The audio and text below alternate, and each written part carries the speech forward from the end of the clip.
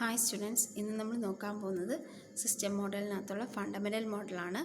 അപ്പം നമുക്ക് വീഡിയോയിലോട്ട് പോകാം. കഴിഞ്ഞ 2 വീഡിയോയ്ക്കകത്തും നമ്മൾ ഫണ്ടമെൻ്റൽ മോഡലിനെ കുറിച്ച് തന്നെയാണ് പഠിച്ചത്. ഫണ്ടമെൻ്റൽ മോഡലിനകത്തുള്ള ഇൻട്രാക്ഷൻ മോഡലും ദെൻ ഫെയിലിയർ മോഡലും നോക്കി. ഇനി സെക്യൂരിറ്റി മോഡൽ. അപ്പം ഡിസ്ട്രിബ്യൂട്ടഡ് സിസ്റ്റം എന്ന് പറഞ്ഞു കഴിഞ്ഞാൽ മോഡുലാരിറ്റി ഓപ്പൺനെസ്സൊക്കെ സപ്പോർട്ട് ചെയ്യുന്ന ഒരു ആർക്കിടെക്ചറാണ്. അപ്പം അതിനകത്ത് ഇൻറ്റേർണൽ അറ്റാക്സും എക്സ്റ്റേണൽ അറ്റാക്സും ഒരുപാടുണ്ടാവും. അപ്പം സെക്യൂരിറ്റി എന്ന് പറയുന്നത് വളരെ ഇമ്പോർട്ടൻ്റ് ആണ്. സെക്യൂരിറ്റി മോഡൽ എന്താണ് ഡിഫൈൻ ചെയ്യുന്നതെന്ന് വെച്ച് കഴിഞ്ഞാൽ അതിനകത്തുണ്ടാവുന്ന ത്രെഡ്സിനെ കുറിച്ചുള്ള ഒരു സ്റ്റഡി അല്ലെങ്കിൽ അനാലിസിസും പിന്നെ ആ പെർട്ടിക്കുലർ ത്രെഡ്സിനെ റെസിസ്റ്റ് ചെയ്യാൻ വേണ്ടിയിട്ടുള്ള ഒരു സിസ്റ്റം ഡിസൈൻ ചെയ്യുന്ന കേസുമാണ് പറയുന്നത്.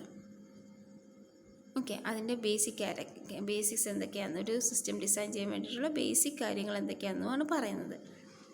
ഓക്കെ, ഒരു ഡിസ്ട്രിബ്യൂട്ടഡ് സിസ്റ്റത്തിനകത്ത് ഉണ്ടാവുന്ന സെക്യൂരിറ്റി പ്രോബ്ലംസ് എന്ന് വെച്ച് കഴിഞ്ഞാൽ ബോത്ത് പ്രോസസ്സിനും കമ്മ്യൂണിക്കേഷൻ ചാനലിനും ഉണ്ടാവാം.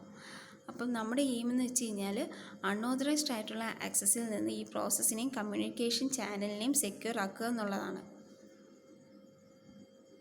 ഓക്കെ, സെക്യൂരിറ്റി മോഡൽ ഇൻക്ലൂഡ്സ് എന്തൊക്കെയാണെന്ന് വെച്ച് കഴിഞ്ഞാൽ ആദ്യം പറയുന്നത് പ്രൊട്ടക്റ്റിംഗ് ഒബ്ജക്റ്റിനെ പ്രൊട്ടക്റ്റ് ചെയ്യുക. സെർവേഴ്സിനകത്തെന്ന് വെച്ച് കഴിഞ്ഞാൽ കളക്ഷൻ ഓഫ് ഒബ്ജക്ട്സ് ഉണ്ട്.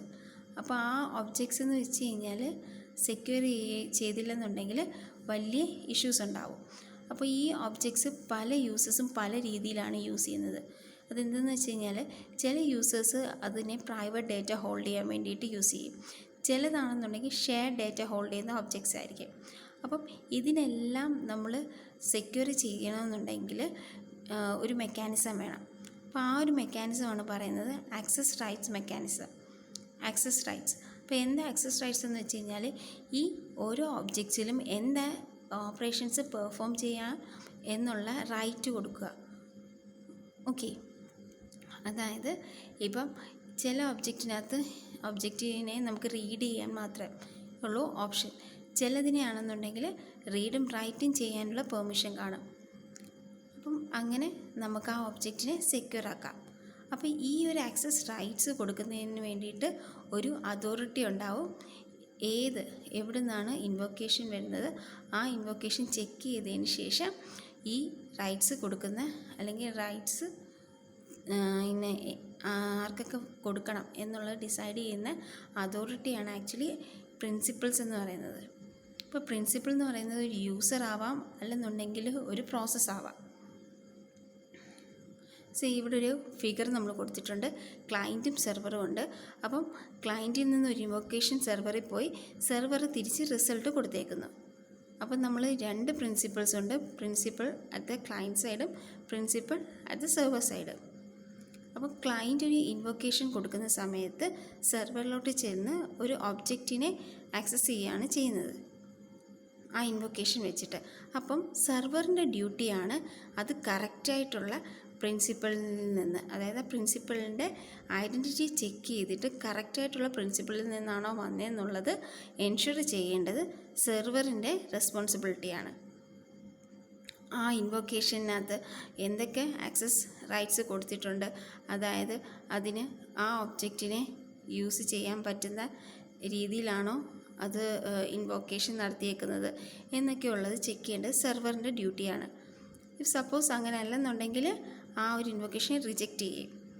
സിമിലർലി സെർവർ തിരിച്ചയക്കുന്ന ആ റിസൾട്ടിന് കൂടെ വരുന്നത് ആ റിസൾട്ട് കറക്റ്റായിട്ടുള്ള പ്രിൻസിപ്പിളിൽ നിന്നാണോ വന്നതെന്നുള്ളത് എൻഷുർ ചെയ്യേണ്ടത് ക്ലയൻറ്റ് സൈഡാണ്. ക്ലയൻറ്റാണ് ചെക്ക് ചെയ്യേണ്ടത് അതിൻ്റെ ഐഡൻറ്റിറ്റി, ആ പ്രിൻസിപ്പിളിൻ്റെ ഐഡൻറ്റിറ്റി.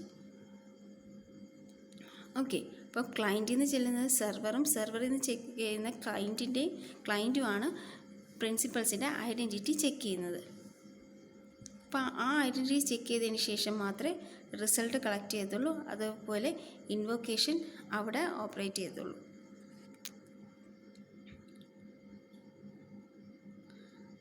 ഇനി നെക്സ്റ്റ് നമ്മൾ നോക്കുന്നതെന്ന് വെച്ച് കഴിഞ്ഞാൽ securing process and their interactions. ഇനി പ്രോസസ്സുകൾ കമ്മ്യൂണിക്കേറ്റ് ചെയ്യുന്നത് എങ്ങനെയാണ്? മെസ്സേജ് പാസിംഗ് വഴി. അപ്പം മെസ്സേജിനകത്ത് അറ്റാക്സ് ഉണ്ടാവാം. അപ്പോൾ ഈ അറ്റാക്സ് ഉണ്ടാവാനുള്ള മെയിൻ റീസൺ എന്ന് വെച്ച് കഴിഞ്ഞാൽ നമ്മുടെ ഡിസ്ട്രിബ്യൂട്ടഡ് സിസ്റ്റത്തിനകത്ത് യൂസ് ചെയ്തിരിക്കുന്ന നെറ്റ്വർക്ക് ആവട്ടെ, കമ്മ്യൂണിക്കേഷൻ സർവീസസ് ആവട്ടെ, അതിനകത്ത് എല്ലാം ഓപ്പൺനെസ് ആണ്. അതായത് ദേ ആർ ഓപ്പൺ. ഏത് പെയർ ഓഫ് പ്രോസസ്സിന് വേണമെങ്കിലും ഇൻട്രാക്ട് ചെയ്യാം. അപ്പോൾ അതിന് വേണ്ടിയിട്ട് ഓപ്പൺ ആയിട്ട് ഇട്ടേക്കുവാണ്. അതായത് ഓപ്പൺ, ഏത് പ്രോസസ്സിനെ വേണമെങ്കിലും യൂസ് ചെയ്യാൻ പറ്റുന്ന രീതിയിൽ അതിനെ ഡിസൈൻ ചെയ്തേക്കുന്നത്. ഓക്കെ, അപ്പോൾ അതുകൊണ്ട് തന്നെ ഒരുപാട് അറ്റാക്സുകൾ നമ്മുടെ ഡിസ്ട്രിബ്യൂട്ടഡ് സിസ്റ്റത്തിന് ഉണ്ടാവാം.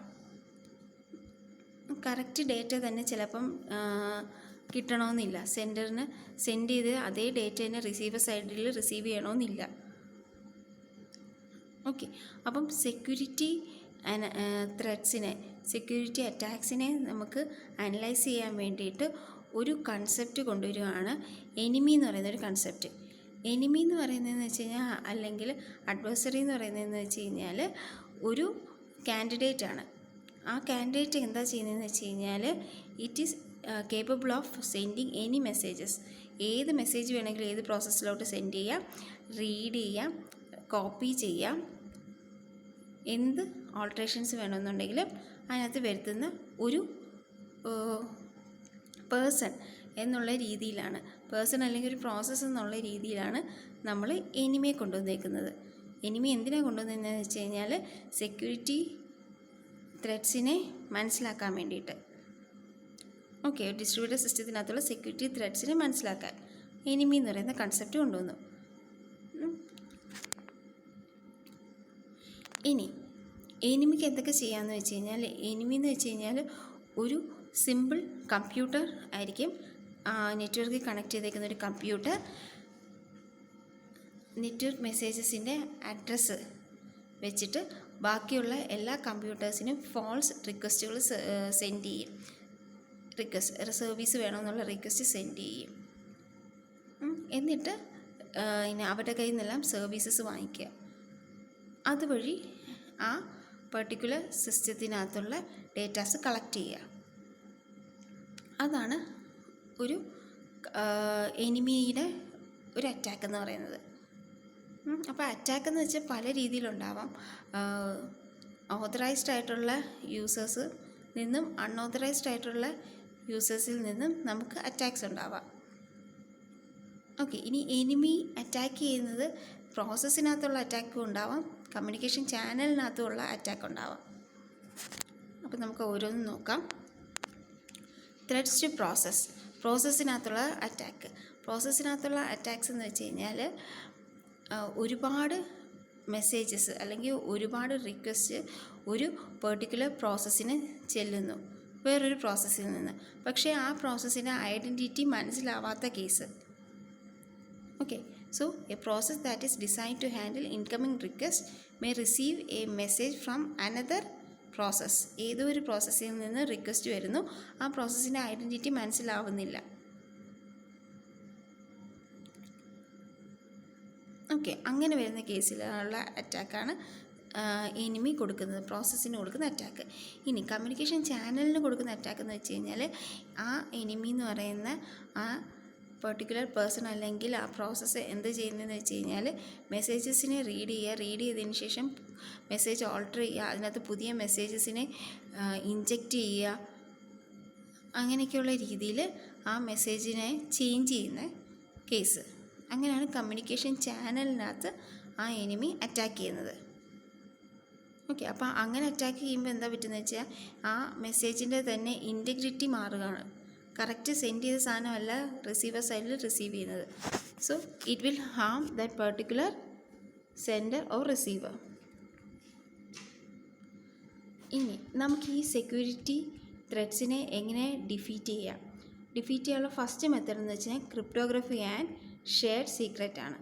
അതായത് ക്രിപ്റ്റോഗ്രഫി എന്ന് പറയുന്ന ടെക്നോളജി യൂസ് ചെയ്തിട്ട് നമുക്ക് മെസ്സേജസിനെ ഹൈഡ് ചെയ്തിട്ട് സെൻഡ് ചെയ്യാം.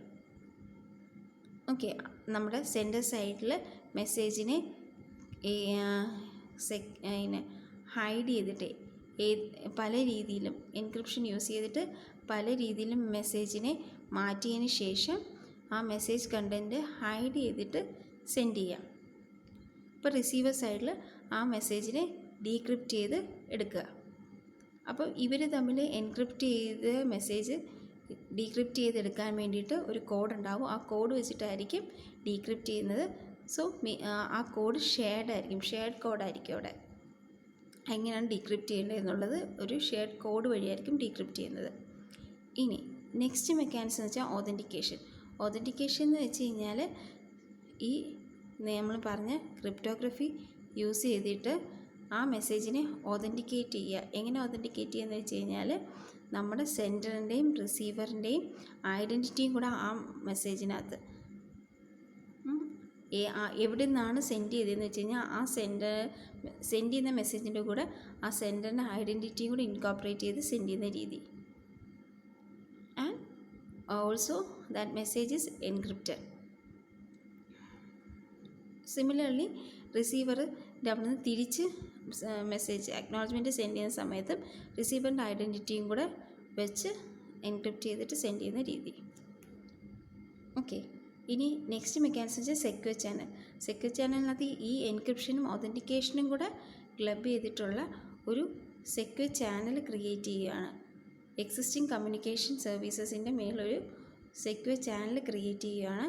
സെക്യൂർ ചാനലിനകത്തെന്ന് വെച്ച് കഴിഞ്ഞാൽ ഡിഫറെൻറ്റ് പ്രോപ്പർട്ടീസ് ഉണ്ട്. ആ പ്രോപ്പർട്ടീസ് എന്തൊക്കെയാണെന്ന് വെച്ച് കഴിഞ്ഞാൽ ഓരോ പ്രോസസ്സുകളും ഏത് പ്രോസസ്സുകൾ തമ്മിലാണ് കമ്മ്യൂണിക്കേറ്റ് ചെയ്യുന്നതെന്ന് വെച്ച് കഴിഞ്ഞാൽ അവരുടെ ഐഡൻറ്റിറ്റി അറിഞ്ഞിരിക്കണം. എങ്കിൽ മാത്രമേ സെക്യൂർ ആയിട്ടുള്ള കമ്മ്യൂണിക്കേഷൻ നടക്കത്തുള്ളൂ. പിന്നെ ഈ സെക്യൂർ ചാനൽ എന്ന് വെച്ച് കഴിഞ്ഞാൽ സെക്യൂർ ചാനലിനകത്ത് ഇൻഷുർ ചെയ്യുന്നൊരു കാര്യമാണ് പ്രൈവസി ആൻഡ് ഇൻറ്റഗ്രിറ്റി. ദെൻ ഓരോ മെസ്സേജിൻ്റെയും കൂടെ സെക്യൂർ ചാനലിനകത്ത് ഒരു ടൈം സ്റ്റാമ്പ് വെച്ചിട്ടുണ്ടായിരിക്കും. എന്തിനാണെന്ന് വെച്ച് കഴിഞ്ഞാൽ മെസ്സേജ് റീ ഓർഡറിങ്ങോ അല്ലെങ്കിൽ റീപ്ലേഡോ നടക്കാതിരിക്കാൻ വേണ്ടിയിട്ട്. ഓക്കെ, സോ ഇതാണ് സെക്യൂർ ചാനലിൻ്റെ figure. Principal A, principal B, process B, process Q, then secure channel വഴി കമ്മ്യൂണിക്കേഷൻ നടത്തുന്നത്. ഓക്കെ, ഇനി വേറെ എനിമിന്ന് വരുന്ന ബാക്കിയുള്ള അറ്റാക്സ് എന്തൊക്കെയാണെന്നുള്ളത് നോക്കാം. മെയിൻലി 2 അറ്റാക്സാണ് ബാക്കി ഇനി വരുന്നത്. ഡിനയൽ ഓഫ് സർവീസ് അറ്റാക്കും then deployment of mobile codes. അപ്പോൾ ഡിനയൽ ഓഫ് സർവീസ് അറ്റാക്ക് എന്ന് വെച്ച് കഴിഞ്ഞാൽ ഒരാവശ്യവും ഇല്ലാതെ ചുമ്മാ നെറ്റ്വർക്ക് ബിസി ആക്കാൻ വേണ്ടിയിട്ട് അല്ലെങ്കിൽ നെറ്റ്വർക്ക് ഓവർലോഡ് ആക്കാൻ വേണ്ടിയിട്ട് റിക്വസ്റ്റസോ അല്ലെന്നുണ്ടെങ്കിലോ സർവീസസിൻ്റെ ഇൻവൊക്കേഷൻസോ കൊടുത്തുകൊണ്ടിരിക്കും. അതായത് എക്സസീവ് ആൻഡ് പോയിൻറ്റ്ലെസ് ഇൻവൊക്കേഷൻ കൊടുത്തുകൊണ്ടിരിക്കും. അപ്പം നടക്കുന്നതെന്ന് വെച്ച് കഴിഞ്ഞാൽ ഫിസിക്കൽ റിസോഴ്സസ് ഏതാണെന്ന് വെച്ച് കഴിഞ്ഞാൽ അത് ഓവർലോഡഡ് ആവും. പ്രത്യേകിച്ച് യൂസൊന്നും ഉണ്ടാവില്ല, ചുമ്മാ ഇൻവൊക്കേഷൻസ് കൊടുത്തുകൊണ്ടിരിക്കുക. അതാണ് ഡിനയൽ ഓഫ് സർവീസ് അറ്റാക്ക്. ഒരു സർവീസിനെ ഡിനൈ ചെയ്യിപ്പിക്കുക. സിമിലർലി മൊബൈൽ കോഡ് എന്ന് വെച്ച് കഴിഞ്ഞാൽ നമ്മുടെ സിസ്റ്റത്തിൽ നിന്ന് വേറൊരു സിസ്റ്റത്തിൽ പോയി അവിടെ പോയി എക്സിക്യൂട്ട് ചെയ്യുന്ന കോഡാണ്. അപ്പോൾ അങ്ങനെയുള്ള കോഡുകൾ, അറ്റാക്കിംഗ് ആയിട്ടുള്ള കോഡ്സുകൾ ചിലർ സെൻഡ് ചെയ്തിട്ട് ഇങ്ങനെ അവിടെ പോയി എക്സിക്യൂട്ട് ചെയ്യുന്ന കോഡുകൾ. അപ്പം ചില യൂസേഴ്സ് എന്ത് ചെയ്യുന്നത് വെച്ചാൽ ഇതറിയാതെ അവിടെ നിന്ന് വരുന്ന വേറൊരു കമ്പ്യൂട്ടറിൽ നിന്ന് വരുന്ന കോഡ് ഓപ്പൺ ചെയ്യുമ്പോഴേക്കും ഇതേ കണക്ക് അവരുടെ സിസ്റ്റത്തിനകത്ത് അറ്റാക്ക് ഉണ്ടാവും. ഓക്കെ, ഇനി നെക്സ്റ്റ് സെക്യൂരിറ്റി മോഡലിനകത്ത് പറയുന്നത് യൂസസ് ഓഫ് സെക്യൂരിറ്റി മോഡലാണ്. സെക്യൂരിറ്റി മോഡലിൻ്റെ മെയിൻ യൂസ് എന്ന് വെച്ച് കഴിഞ്ഞാൽ എന്താണ് പ്രോബ്ലംസ്, ഏതൊക്കെ അറ്റാക്സ് ഉണ്ടാവാം, അതിനെ എങ്ങനെ ഒഴിവാക്കാമെന്നുള്ളതാണ് പറയുന്നത്. അപ്പം ഇതിനകത്ത് സെക്യൂരിറ്റി മെക്കാനിസത്തിനെ കുറിച്ച് പറയുന്ന എൻക്രിപ്ഷൻ ആവട്ടെ, ആക്സസ് കൺട്രോൾ മെക്കാനിസംസ് ആവട്ടെ, എല്ലാം നമുക്ക് പറ്റുന്ന രീതിയിലുള്ള ഇംപ്ലിമെൻറ്റ് ചെയ്യാൻ പറ്റുന്ന രീതിയിലും മാനേജ് ചെയ്യാൻ പറ്റുന്ന രീതിയിലുമുള്ള മെക്കാനിസംസാണ്. അതിൻ്റെ സസ്റ്റൈനബിൾ ആയിട്ടുള്ള പ്രോസസ്സിങ് ആൻഡ് മാനേജ്മെൻറ്റ് ഫീസ് ആയിരിക്കും, മാനേജ്മെൻറ്റ് കോസ്റ്റാണുള്ളത് ഈ സെക്യൂരിറ്റി മെക്കാനിസംസിൽ. ഓക്കെ, സോ ഇത്രയേ ഉള്ളൂ സെക്യൂരിറ്റി മോഡൽ. Thank you.